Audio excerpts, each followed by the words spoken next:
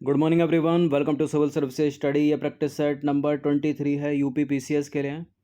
इसके 22 टेस्ट जो हैं ऑलरेडी कंप्लीट हो गए हैं। डिस्क्रिप्शन बॉक्स में लिंक है, प्लेलिस्ट बना रखा है उनका, वहाँ पर आप टेस्ट नंबर 1 से लेकर और ये जो 23 है यहाँ तक पहुँच सकते हो। इस टेस्ट सीरीज़ की आप सभी प्रश्नों की पीडीएफ को प्राप्त कर सकते हो और पेड फुल टेस्ट सीरीज़ प्राप्त कर सकते हो, जिसमें मिलेंगे आपको फुल टेस्ट। डिस्क्रिप्शन बॉक्स में नंबर है, उस पर कॉल या व्हाट्सअप कर दीजिए। तो चलिए स्टार्ट करते हैं। इस टेस्ट में हम प्रैक्टिस करने वाले हैं जीएस के मिश्रित प्रश्नों पर। तो पहला प्रश्न है, निम्नलिखित भाषाओं को शास्त्रीय भाषा का दर्जा दिए जाने के संदर्भ में कौन सा जो है सम्मिलित नहीं है। शास्त्रीय भाषा यानी क्लासिकल लैंग्वेज, और कब घोषित की गई वो, कब दर्जा उनको दिया गया, किस साल में, ये ईयर है। तो तमिल 2004, संस्कृत 2005, कन्नड़ 2007 और उड़िया 2014। देखिए, तमिल को बिल्कुल सबसे पहले क्लासिकल लैंग्वेज का दर्जा मिला था 2004 में। संस्कृत को भी सही है, 2005 में मिला था। उड़िया को 2014 में मिला था, सही है। मलयालम 2013 में मिला था।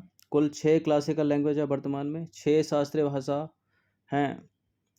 कन्नड़ को 2008 में मिला था, गलत है। कन्नड़ और तेलुगु दोनों को जो है 2008 में क्लासिकल लैंग्वेज का दर्जा मिला, तो सी वाला स्टेटमेंट गलत है यहाँ पर। तो वर्तमान में जो है 6 भाषाओं को, कितनी, 6 भाषाओं को वर्ष 2004 से लेकर 14 तक शास्त्रीय भाषा यानी क्लासिकल लैंग्वेज का दर्जा प्राप्त है। और कौन कौन सी हैं वो? सबसे पहले मिला तमिल को 2004 में, उसके बाद संस्कृत को 2005 में, कन्नड़ को 2008 में मिला, न कि 7 में। तेलुगु को भी 2008 में मिला, और मलयालम को मिला 2013 में, और उड़िया को मिला 2014 में, और 14 के बाद से किसी को नहीं मिला है। यूपीएससी सिविल सेवा तक में प्रश्न पूछा गया है, ठीक है, उड़िया के बारे में। जिस साल मिला था उसी साल पूछा था।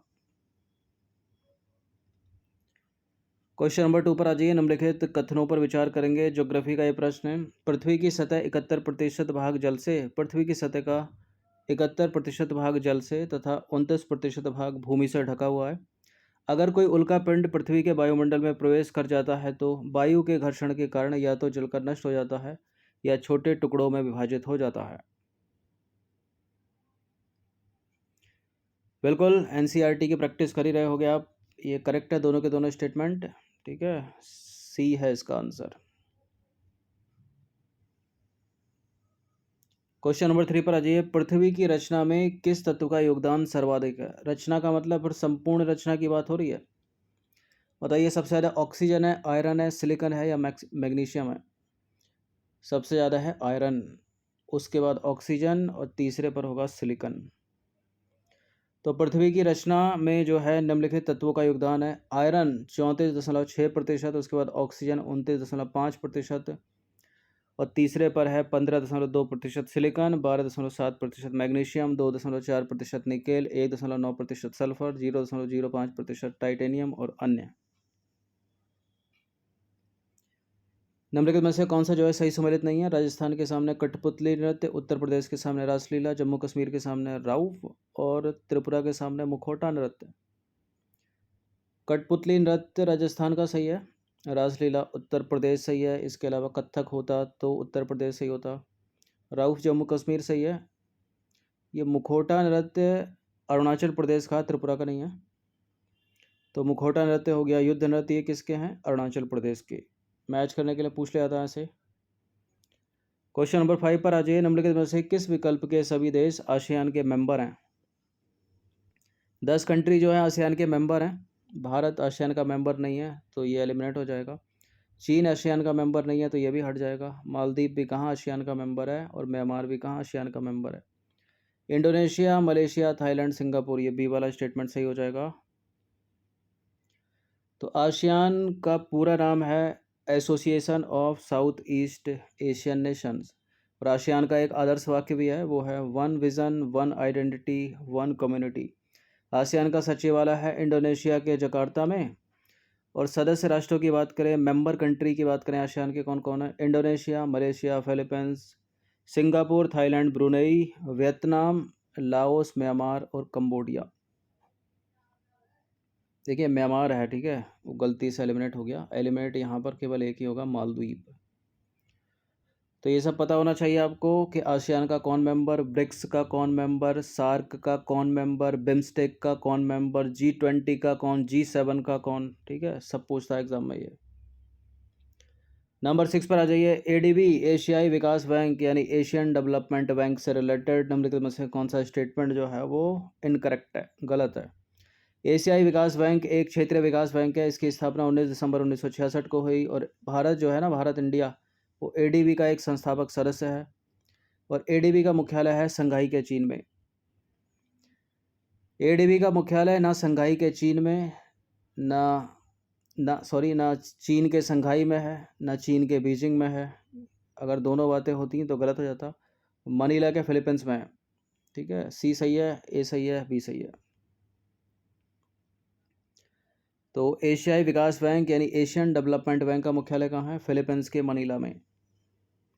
कंफ्यूज मत हो जाइएगा, एशियाई विकास बैंक अलग है और न्यू डेवलपमेंट बैंक अलग है। वो न्यू डेवलपमेंट बैंक जो है वो ब्रिक्स देशों का है। क्वेश्चन नंबर 7 पर आ जाइए। माउंट थुलियर सबसे ऊंची चोटी है किसकी? किसकी है ये? उत्तरी अंडमान, लिटिल अंडमान, कार निकोबार या ग्रेट निकोबार? माउंट थुलियर ये ग्रेट निकोबार की है। तो माउंट थुलियर इसकी ऊंचाई है 642 मीटर और ग्रेट निकोबार की जो है सबसे ऊंची चोटी है, चोटी को बोलते हैं पीक। हैवलॉक द्वीप का नाम किस ब्रिटिश जनरल के नाम पर हैवलॉक रखा गया था? सर हेनरी के नाम पर। तो हैवलॉक द्वीप का नाम जो है British general sir Henry Havelock के नाम पर रखा गया था, जिन्होंने ब्रिटिश प्रशासन के दौरान भारत में अपनी सेवाएं दी थी।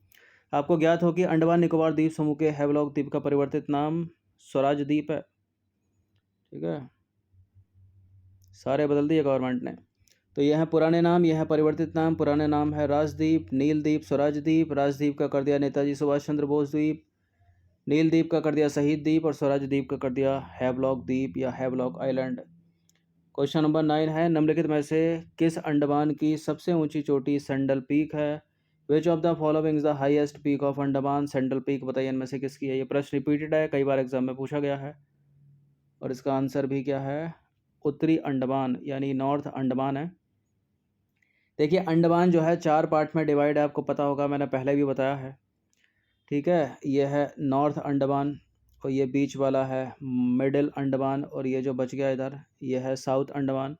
एक अंडमान का छोटा सा टुकड़ा जो है टूट के अलग है, मतलब बीच में पानी आ गया है ना, तो ये है लिटिल अंडमान। अब कुछ लोग इसको जो है साउथ अंडमान समझने लगते हैं, जबकि साउथ अंडमान जो है वो ये वाला पार्ट है, ऊपर बड़े वाले टुकड़े का सबसे नीचे वाला हिस्सा साउथ अंडमान है। ये अलग जो होकर नीचे है वो लिटिल अंडमान है। अब यहाँ से जो है वो है 10 डिग्री चैनल, उसके जब नीचे जाओगे तो आ जाएगा क्या? निकोबार। निकोबार में भी कौन सा? एक कार निकोबार ऊपर वाला और नीचे वाला ग्रेट निकोबार। और इसी ग्रेट निकोबार का जो पॉइंट है वो है इंदिरा पॉइंट, इस चीज़ को याद रखिएगा। तो यहाँ आंसर क्या है? नॉर्थ अंडमान। तो उत्तरी अंडमान की सबसे ऊंची चोटी सेंडल पीक है और अंडमान के सबसे उत्तर में उत्तरी अंडमान द्वीप है और इसकी सबसे ऊंची चोटी क्या है? सेंडल पीक, जिसकी ऊंचाई कितनी है? 738 मीटर, यानी माउंट थुलियर से भी ऊंची है ये। 10वां प्रश्न है, कुछ गलत ढूंढना यहाँ पर। भारत का क्षेत्रफल 32,87,263 वर्ग किलोमीटर है और भारत विश्व का क्षेत्रफल की दृष्टि से 7वां है और जनसंख्या की दृष्टि से दूसरा है। भारत की उत्तर से दक्षिण की लंबाई लगभग है 3,214 किलोमीटर, ठीक है, उत्तर से दक्षिण ये वाली। फिर ये वाली कितनी है? पूरब से पश्चिम या पश्चिम से पूर्व, ये है 2,933 किलोमीटर। ये सही है स्टेटमेंट। भारतीय मानक समय रेखा भारत के 5 राज्यों उत्तर प्रदेश, महाराष्ट्र, राजस्थान, उड़ीसा, आंध्र प्रदेश से होकर गुजरती है। देखिए भारतीय मानक समय रेखा भारत के 5 राज्यों से होकर गुजरती है, सही है बात। उत्तर प्रदेश से गुजरती है, उड़ीसा से गुजरती है, आंध्र प्रदेश से गुजरती है, लेकिन महाराष्ट्र गुजरात से होकर, महाराष्ट्र राजस्थान या कुछ और आ जाता गुजरात, उससे होकर नहीं गुजरती। देखिए भारतीय मानक समय रेखा जो है 5 राज्यों से होकर गुजरती है, उत्तर प्रदेश, मध्य प्रदेश, छत्तीसगढ़, उड़ीसा और आंध्र प्रदेश। बाकी ऊपर के तीनों स्टेटमेंट सही हैं। देखिए भारत विश्व का क्षेत्रफल की दृष्टि से रूस के बाद, कनाडा, चीन, अमेरिका, ब्राज़ील और ऑस्ट्रेलिया के बाद 7वें स्थान पर है। ये 12 जून को इससे रिलेट करके प्रश्न पूछा गया था। और जनसंख्या की दृष्टि से भारत जो है चीन के बाद दूसरे स्थान पर है। जनसंख्या की दृष्टि से भारत में विश्व में सबसे बड़ा कौन हो गया? चीन हो गया। फिर 11वां प्रश्न है, निम्नलिखित कथनों पर विचार करेंगे। ये दो स्टेटमेंट है, बताने के इनमें से कौन सा सही है। 23.5 डिग्री उत्तरी अक्षांश रेखा यानी कर्क रेखा की बात हो रही है। भारत को प्रायः 2 कटिबंधों में बांटती है ये। दक्षिण में उष्ण कटिबंध, उत्तर में उपोष्ण कटिबंध। भारत में कर्क रेखा की सर्वाधिक लंबाई मध्य प्रदेश राज्य में है और सबसे न्यूनतम है राजस्थान में। बिल्कुल ये दोनों की दोनों बातें करेक्ट हैं, एग्जैक्ट। ठीक है, सी है इसका आंसर। तो 23.5 डिग्री उत्तरी अक्षांश रेखा या कर्क रेखा या ट्रॉपिक ऑफ कैंसर भारत के लगभग मध्य से या बीच से होकर गुजर जाती है, जिसके कारण यह संपूर्ण भारत को प्रायः 2 कटिबंधों में डिवाइड कर देती है। दक्षिण में हो गया उष्ण कटिबंध और उत्तर में उपोष्ण कटिबंध। पश्चिम बंगाल तथा त्रिपुरा के मध्य कर्क रेखा बांग्लादेश से होकर गुजरती है। भारत में कर्क रेखा की सर्वाधिक लंबाई मध्य प्रदेश में और न्यूनतम है राजस्थान में। कर्क रेखा आपको पता होगा भारत के 8 राज्यों से होकर गुजरती है। उनके नाम याद रखिएगा, ये हैं गुजरात, राजस्थान, मध्य प्रदेश, छत्तीसगढ़, झारखंड, पश्चिम बंगाल, त्रिपुरा और मिजोरम, और इसी क्रम में याद रखिए। ये इसका बाइलिंगुअल है, इसको आप पढ़ सकते हो।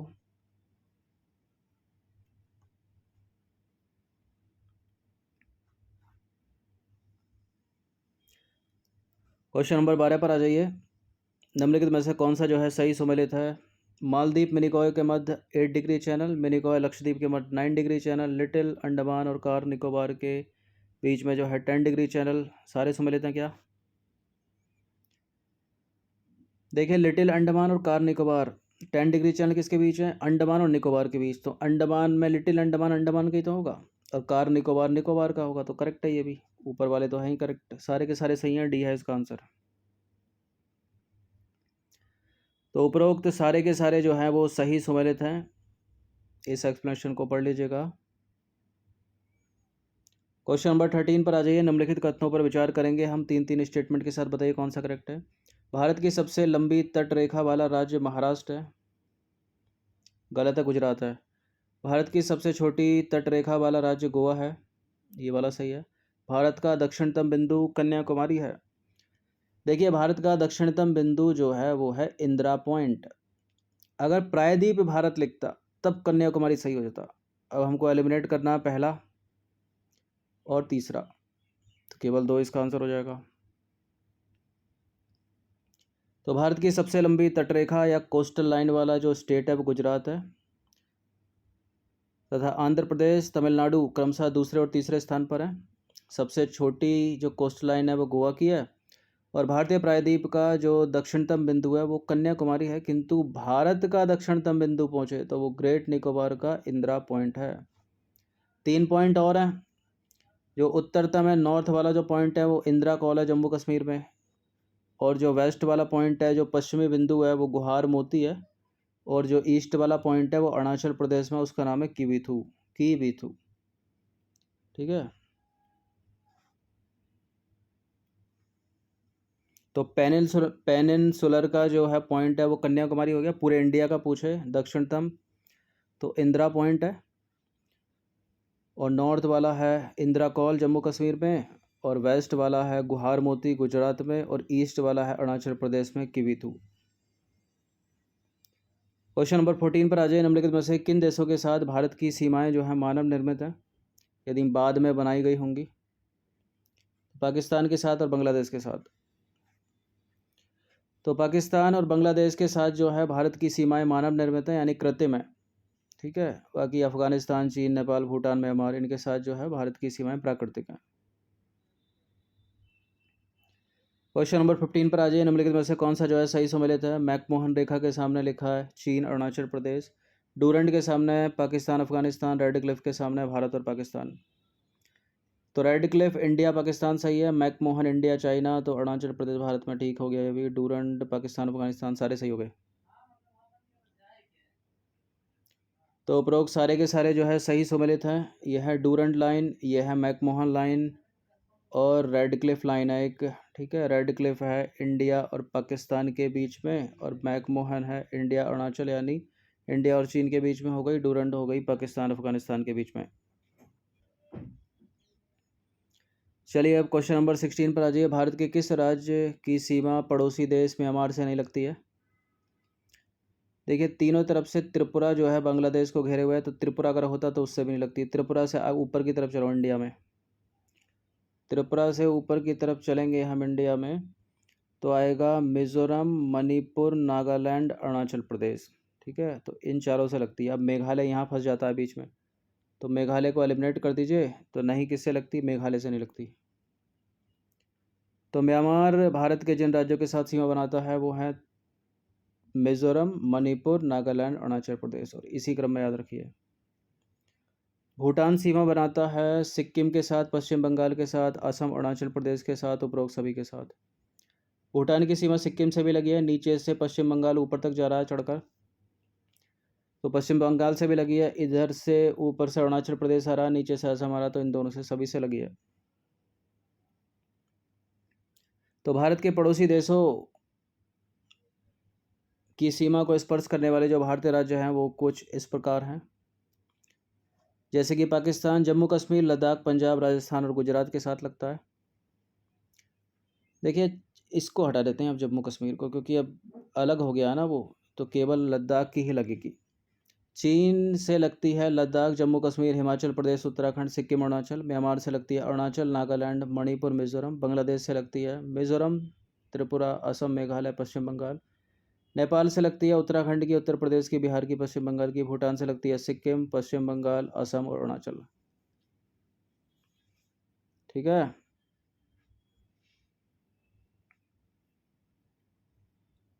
क्वेश्चन नंबर 18 पर आ जाइए। निम्नलिखित में से कौन सा जो है सही है। सिक्किम के सामने लिखा है नेपाल, चीन, भूटान से घिरा है सिक्किम। पश्चिम बंगाल, नेपाल, भूटान, बांग्लादेश से घिरा है। लद्दाख, चीन, अफगानिस्तान, पाकिस्तान से घिरा है। सारी बातें करेक्ट है ये।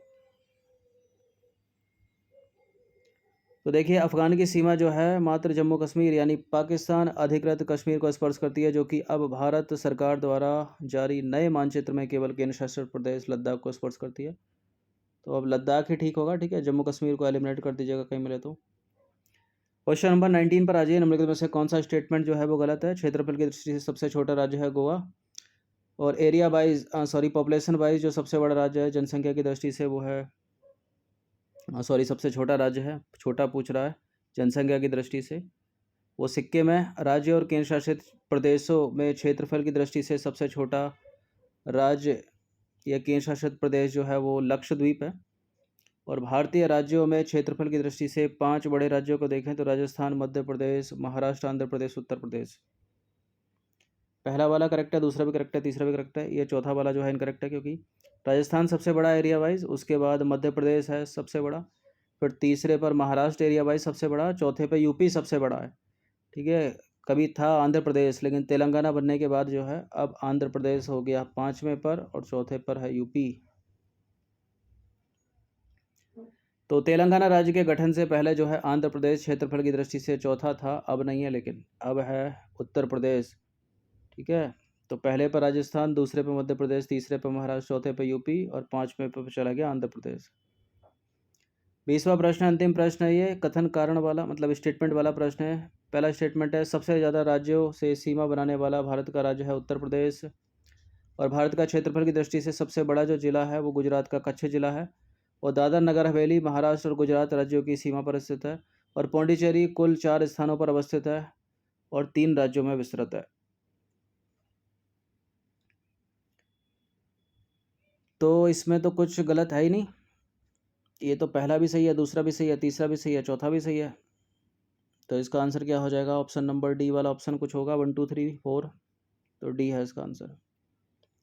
तो देखिए सबसे अधिक राज्यों से सीमा बनाने वाला भारत का जो राज्य है वो है उत्तर प्रदेश। यह भारत के 8 राज्यों और एक केंद्र शासित प्रदेश के साथ सीमा बनाता है।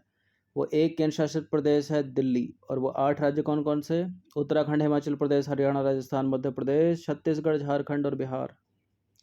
भारत का क्षेत्रफल की दृष्टि से सबसे बड़ा जिला है गुजरात का कच्छ जिला, और सबसे छोटा है पौंडीचेरी का माहे जिला। बाकी दादरा नगर हवेली महाराष्ट्र गुजरात राज्यों की सीमा पर स्थित है, और पौंडीचेरी जो है कुल 4 स्थानों पर विस्तृत है और 3 राज्यों में विस्तृत है। ठीक है, 4 स्थानों पर अवस्थित है जो 3 राज्यों में विस्तृत है, और वो 3 राज्य कौन कौन से हैं, आंध्र प्रदेश, तमिलनाडु और है केरल। आंध्र प्रदेश में जो जगह है पौंडीचेरी की वो है यनम, और तमिलनाडु में 2 जगह हैं पौंडीचेरी की, एक स्वयं पौंडीचेरी और दूसरा है कराईकल। और केरल में जो जगह है वो है माहे। इस चीज़ को याद रखिएगा। स्टेटमेंट बनाकर ये पूछा सकता है कि पौंडीचेरी कुल 2 स्थानों पर विस्तृत है और 2 राज्यों में, या 3 स्थानों पर विस्तृत है 2 राज्यों में। जबकि गलत होंगे वो दोनों स्टेटमेंट, क्योंकि पौंडीचेरी कुल 4 स्थानों पर अवस्थित है और 3 राज्यों में विस्तृत है, यानी आंध्र प्रदेश, तमिलनाडु और केरल। और एग्ज़ाम में भी कई बार प्रश्न पूछा है ये, मतलब स्टेट पीसीएस, दूसरे स्टेट पीसीएस में पूछा है।